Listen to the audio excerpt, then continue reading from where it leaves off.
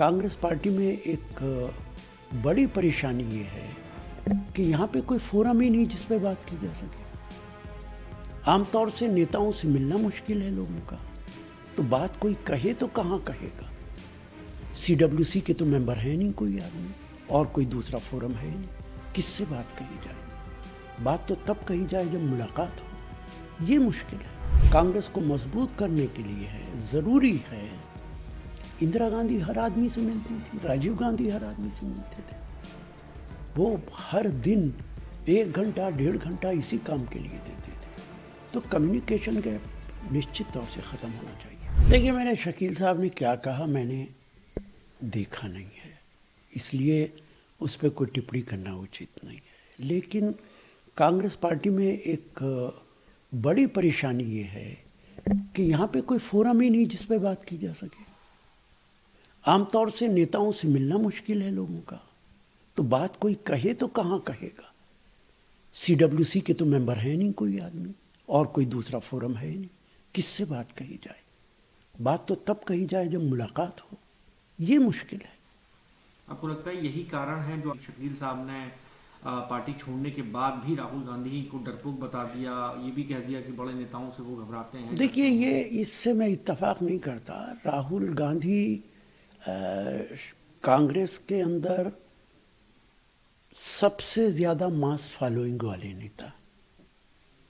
Congress party बगैर राहुल गांधी के imagine नहीं की जा सकती है। तो इसमें कहीं कोई शुबा नहीं कि राहुल गांधी मेहनत भी करते हैं और उनकी मास फॉलोइंग भी है, और कांग्रेस पार्टी बगैर राहुल गांधी के सोचा भी नहीं जा सकता।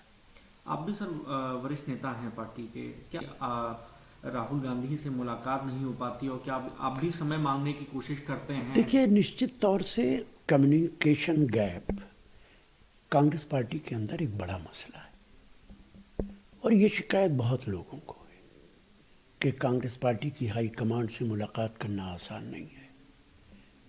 कम्युनिकेशन गैप जब तक ख़त्म नहीं होगा तब तक ज़मीनी सच्चाई का पता ऊपर तक नहीं चलेगा। कांग्रेस को मजबूत करने के लिए है, ज़रूरी है। इंदिरा गांधी हर आदमी से मिलती थी, राजीव गांधी हर आदमी से मिलते थे। वो हर दिन 1 घंटा 1.5 घंटा इसी काम के लिए देते थे। तो कम्युनिकेशन गैप निश्चित तौर से ख़त्म होना चाहिए। ये कैसे खत्म होगा सर? आपको लगता है उनके कारण ऐसा हो रहा है या कोई और वजह है, और इसको कैसे दूर किया जाए? आप पार्टी के वरिष्ठ नेता हैं। देखिए, इस सवाल का जवाब तो आपको जो कांग्रेस पार्टी की हाई कमांड है उनसे पूछना चाहिए कि कम्युनिकेशन कैसे ख़त्म किया जाए। उधर उत्तर प्रदेश के अंदर नाराज हैं, वो कह रहे हैं कि कई ऐसे नेता थे जो जेल चले गए, वो आज भाजपा में हैं, दूसरी पार्टियों में हैं, मंत्री हैं, मुख्यमंत्री हैं, और मैं भी अगर चला जाऊंगा तो कोई ऐसा खास फर्क नहीं पड़ेगा। देखिए, कांग्रेस पार्टी से बहुत सारे मुसलमान लीडर्स छोड़ कर गए, लेकिन इस पे कोई विचार नहीं कर रहा कि किसी नेता ने भारतीय जनता पार्टी ज्वाइन नहीं की। वो सत्ता के लिए नहीं गए, जबकि कांग्रेस के अंदर जो दूसरे नॉन मुस्लिम्स गए वो सब सत्ता के लिए गए, और सब ने बीजेपी ज्वाइन की। कल को कांग्रेस पार्टी सरकार में आएगी, वो वापस आके कांग्रेस के अंदर शामिल हो जाएंगे। तो मुसलमान लीडर सत्ता के लालच में नहीं गया है, वो इसलिए गया है, जो चिंता की बात है कि कांग्रेस पार्टी में मुस्लिम लीडरशिप को इग्नोर किया गया है। सबसे ज़्यादा वोट देश के अंदर कांग्रेस को अगर कोई देता है तो वो मुसलमान देता है, लेकिन लीडरशिप को इसलिए इग्नोर किया जाता है कि भारतीय जनता पार्टी फौरन इल्ज़ाम लगाती है कि मुस्लिम अपीसमेंट हो रहा है। लेकिन मेरा सुझाव है अपनी पार्टी को भी और दूसरी सेकुलर पार्टीज़ को भी, अगर मुस्लिम लीडरशिप को नज़रअंदाज किया जाएगा तो अवैसी जैसे लीडर देश में पैदा होते चले जाएंगे, और आज अवैसी एक ताकत बनते जा रहे हैं। आपने देखा बिहार के अंदर, आपने देखा महाराष्ट्र के अंदर कितनी सीटें जीती हैं। हर प्रांत के अंदर कुछ ना कुछ उनका असर बढ़ता जा रहा है। क्यों बढ़ता जा रहा है?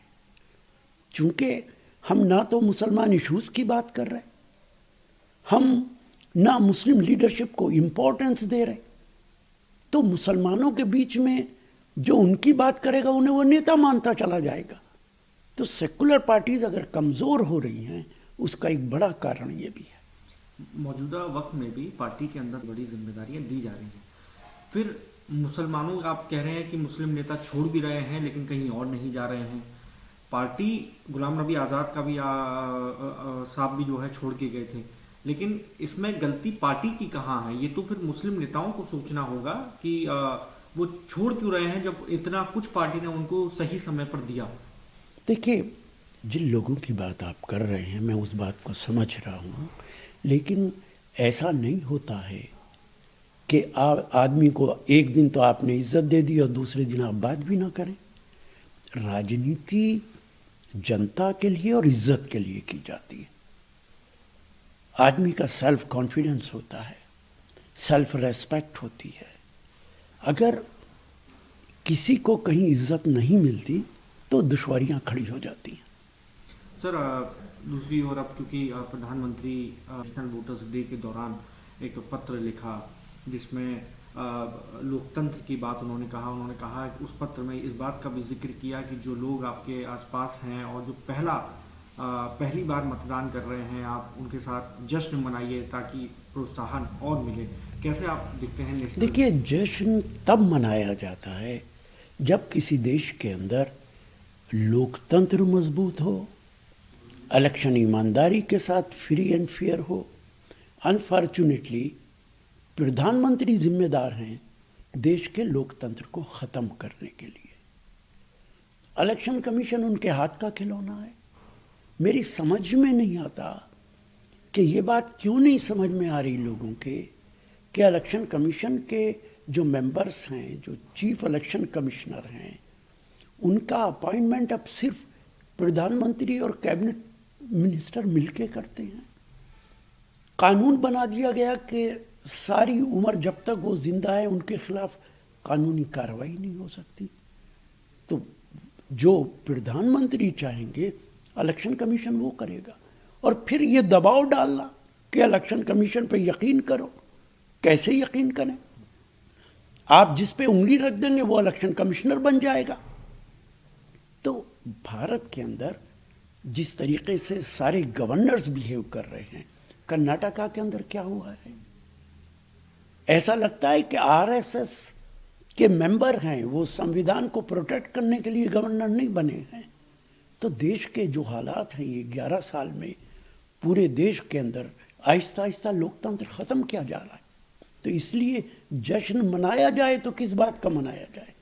ये तो ऐसे वक्त में हम खड़े हैं जहां हमें लड़ाई लड़नी पड़ेगी देश के लोकतंत्र को हिफाजत करने के लिए। जीरो हमने इन्वेंट किया, हमने बताया दुनिया को जहां योग है वहां रोग नहीं। सबसे पुरानी सभ्यता है हमारी। गुलामी से तो और देश भी लड़े भाई, पर आजादी के लिए अहिंसा का रास्ता बस हमारा था। अपने पसीने से जमीन सींचता किसान और घर में घुसकर मारने वाले जवान, बस इसी मिट्टी ने जने। इसके हाथ ने जब थामा जज्बा तो इतिहास रचे। कदम बढ़ाए तो चांद का वो हिस्सा चूमा भाई जहां कोई कभी नहीं पहुंचा। आज पूरी दुनिया में शान से लहरा रहा है तिरंगा, और इसके पीछे है गर्व से भरी अनगिनत कहानियां जो लिखी जा चुकी हैं और लिखी जा रही हैं, जिन्हें मैं सुनाऊंगा राष्ट्रगर्व रोज शाम 6:25 पर।